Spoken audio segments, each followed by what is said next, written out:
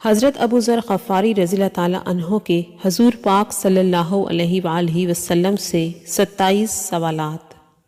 بسم اللہ الرحمن الرحیم۔ السلام علیکم۔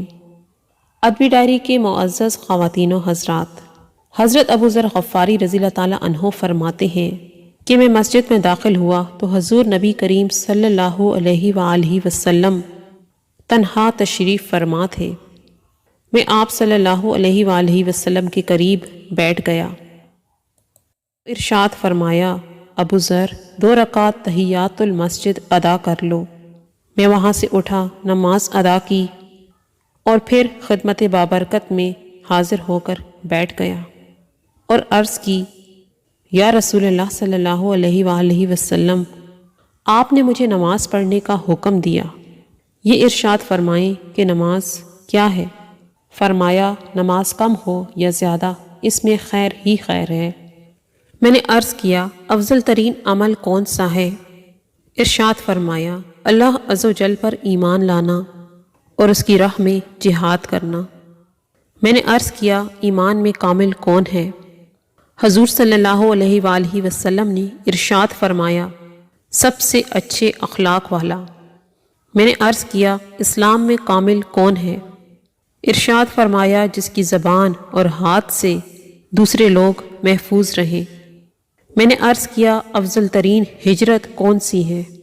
ارشاد فرمایا، گناہوں کو ترک کر دینا۔ میں نے عرض کیا، افضل نماز کون سی ہے؟ ارشاد فرمایا، جس میں قیام طویل ہو۔ میں نے عرض کیا، یا رسول اللہ صلی اللہ علیہ وآلہ وسلم، روزوں کے بارے میں ارشاد فرمائیے۔ ارشاد فرمایا، روزے فرض ہیں اور اللہ کے ہاں اس کا اجر کئی گنا ہے۔ میں نے عرض کیا، افضل جہاد کون سا ہے؟ ارشاد فرمایا، جس میں گھوڑے کے پاؤں کٹ جائیں اور اس کا خون بہہ جائے۔ میں نے عرض کیا، کیسا غلام آزاد کرنا افضل ہے؟ ارشاد فرمایا، جو قیمتی اور مالک کو پسند ہو۔ میں نے عرض کیا، افضل صدقہ کون سا ہے؟ ارشاد فرمایا، مال کم ہونے کی صورت میں بھی فقیر کی حاجت روائی کرنا۔ میں نے عرض کیا، قرآن حکیم کی سب سے بڑی آیت کون سی ہے؟ ارشاد فرمایا، آیت الکرسی۔ پھر فرمایا، اے ابو ذر، کرسی اور 7 آسمان کی حیثیت میدان میں پڑی انگوٹھی کی مانند ہے، اور عرش کی فضیلت کرسی پر ایسی ہے جیسے میدان کی فضیلت انگوٹھی پر۔ پھر عرض کیا، یا رسول اللہ صلی اللہ علیہ وآلہ وسلم، پہلے نبی کون ہیں؟ ارشاد فرمایا، حضرت آدم علیہ السلام۔ میں نے عرض کیا، یا رسول اللہ صلی اللہ علیہ وآلہ وسلم، کیا وہ نبی مرسل ہیں؟ ارشاد فرمایا، ہاں، اللہ پاک نے انہیں اپنے دست قدرت سے پیدا فرمایا اور ان میں اپنی طرف کی روح پھونکی، اور پھر سب سے پہلے انہیں ٹھیک یعنی سالم الاعضاء بنایا۔ میں نے عرض کیا، یا رسول اللہ صلی اللہ علیہ وآلہ وسلم، اللہ نے کتنی کتابیں نازل فرمائیں؟ ارشاد فرمایا، 100 صحیفے اور 4 کتابیں۔ 50 صحیفے حضرت شیس علیہ السلام پر، 30 صحیفے حضرت ادریس علیہ السلام پر، 10 صحیفے حضرت ابراہیم علیہ السلام پر اور 10 صحیفے حضرت موسیٰ علیہ السلام پر تورات سے پہلے نازل فرمائے۔ اس کے علاوہ توریت، انجیل، زبور اور قرآن حکیم نازل فرمایا۔ میں نے عرض کیا، یا رسول اللہ صلی اللہ علیہ وآلہ وسلم، حضرت سیدنا ابراہیم علیہ السلام کے صحیفوں میں کیا تھا؟ ارشاد فرمایا، وہ سب عبرت اور نصیحت پر مشتمل تھے۔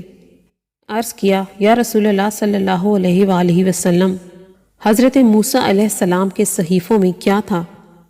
ارشاد فرمایا، ان تمام میں عبرت کا بیان تھا کہ تعجب ہے اس پر جو موت کا یقین رکھتا ہے پھر بھی خوش رہتا ہے، تعجب ہے اس پر جو تقدیر پر ایمان رکھتا ہے پھر بھی رزق کی تلاش میں مارا مارا پھرتا ہے، تعجب ہے اس پر جو دنیا کی حقیقت سے آگاہ ہے پھر بھی اسے قبول کر کے مطمئن ہو جاتا ہے، اور تعجب ہے اس پر جسے یقین ہے کہ کل اسے حساب دینا ہے پھر بھی نیک اعمال نہیں کرتا۔ میں نے عرض کیا، یا رسول اللہ صلی اللہ علیہ وآلہ وسلم، مجھے نصیحت فرمائیے۔ ارشاد فرمایا، میں تمہیں اللہ سے ڈرنے کی وصیت کرتا ہوں، کیونکہ تقوی تمام اچھے اعمال کی بنیاد ہے۔ میں نے عرض کیا، یا رسول اللہ صلی اللہ علیہ وآلہ وسلم، مزید ارشاد فرمائیے۔ ارشاد فرمایا، قرآن مجید کی تلاوت اپنے اوپر لازم کر لو کہ یہ زمین پر تمہارے لیے نور اور آسمانوں پر تمہارے تذکرے کا باعث ہے۔ میں نے عرض کیا، یا رسول اللہ صلی اللہ علیہ وآلہ وسلم، مزید ارشاد فرمائیے۔ ارشاد فرمایا، زیادہ ہنسنے سے بچو، کیونکہ اس سے دل مردہ ہو جاتا ہے۔ میں نے عرض کیا، یا رسول اللہ صلی اللہ علیہ وآلہ وسلم، مزید ارشاد فرمائیے۔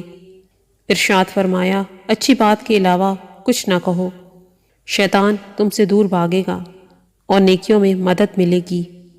میں نے عرض کیا، یا رسول اللہ صلی اللہ علیہ وآلہ وسلم، مزید ارشاد فرمائیے۔ ارشاد فرمایا، جہاد کو لازم پکڑو، یہ میری امت کی رہبانیت ہے۔ میں نے عرض کیا، یا رسول اللہ صلی اللہ علیہ وآلہ وسلم، مزید ارشاد فرمائیے۔ ارشاد فرمایا، غریبوں سے محبت اور ان کی صحبت اختیار کرو۔ میں نے عرض کیا، یا رسول اللہ صلی اللہ علیہ وآلہ وسلم، مزید ارشاد فرمائیے۔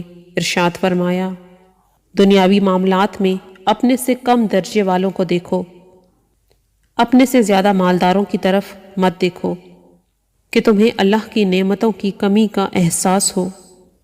میں نے عرض کیا، یا رسول اللہ صلی اللہ علیہ وآلہ وسلم، مزید نصیحت فرمائیے۔ ارشاد فرمایا، اپنے رشتہ داروں سے صلہ رحمی کرو، اگرچہ وہ تم سے قطع تعلق ہی کر لیں۔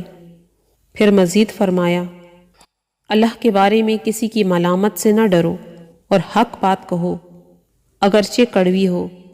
میں نے عرض کیا، یا رسول اللہ صلی اللہ علیہ وآلہ وسلم، مزید کچھ ارشاد فرمائیے۔ ارشاد فرمایا، دوسروں کی ان خامیوں پر اعتراض مت کرو جو تمہارے اندر پائی جاتی ہیں، اور ان کاموں پر غصہ نہ کرو جنہیں تم خود بھی کرتے ہو۔ حضرت سیدنا ابو ذر غفاری رضی اللہ تعالیٰ عنہ فرماتے ہیں، پھر آپ صلی اللہ علیہ وآلہ وسلم نے اپنا دست اقدس میرے سینے پر مار کر فرمایا، اے ابو ذر، کفایت شعاری سے بڑھ کر کوئی عقل مندی نہیں، غلاموں کو چھوڑنے سے بڑھ کر کوئی تقوی اور پرہیزگاری نہیں، اور حسن اخلاق سے بڑھ کر کوئی شرافت نہیں۔ ناظرین کرام، یہ بات ذہن میں رہے کہ ادنا سے ادنا صحابی کا مقام بڑے سے بڑے اولیاء کرام سے زیادہ ہے۔ ان مقامات ادب کا ذکر کرتے ہوئے حد درجہ احتیاط کی ضرورت ہوتی ہے کہ کہیں ادب کے تقاضے مجروح نہ ہوں۔ حضرت ابو ذر غفاری کی عظمت، عشق رسول، عشق الہی، دنیا سے دوری اور فاقہ کشی اور ایثار و بہادری کا اندازہ ان کے قبول اسلام کی تفصیل سے ہوتا ہے۔ اسلام قبول کرنے والوں میں وہ چوتھے نمبر پر آتے ہیں۔ آپ مزاجاً تارک الدنیا تھے، اور آپ کا شمار اصحاب صفہ کی اعلیٰ ترین ہستیوں میں ہوتا ہے، جن کے بارے میں حضور اکرم صلی اللہ علیہ وآلہ وسلم نے فرمایا کہ یہ حضرات جنت میں میرے قریب ترین ہوں گے۔ محترم ناظرین، میں امید کرتی ہوں کہ آج کی ویڈیو آپ کو پسند آئی ہوگی۔ ویڈیو پسند آئے تو لائک اور شیئر ضرور کر دیجیے گا، اور آنے والی نئی ویڈیوز کے لیے ہمارے چینل کو سبسکرائب کر دیں، اور ساتھ میں لگے گھنٹی کے بٹن کو ضرور دبا دیں تاکہ ہماری ہر نئی آنے والی ویڈیوز کا نوٹیفیکیشن آپ کو ملتا رہے۔ اللہ نگہبان۔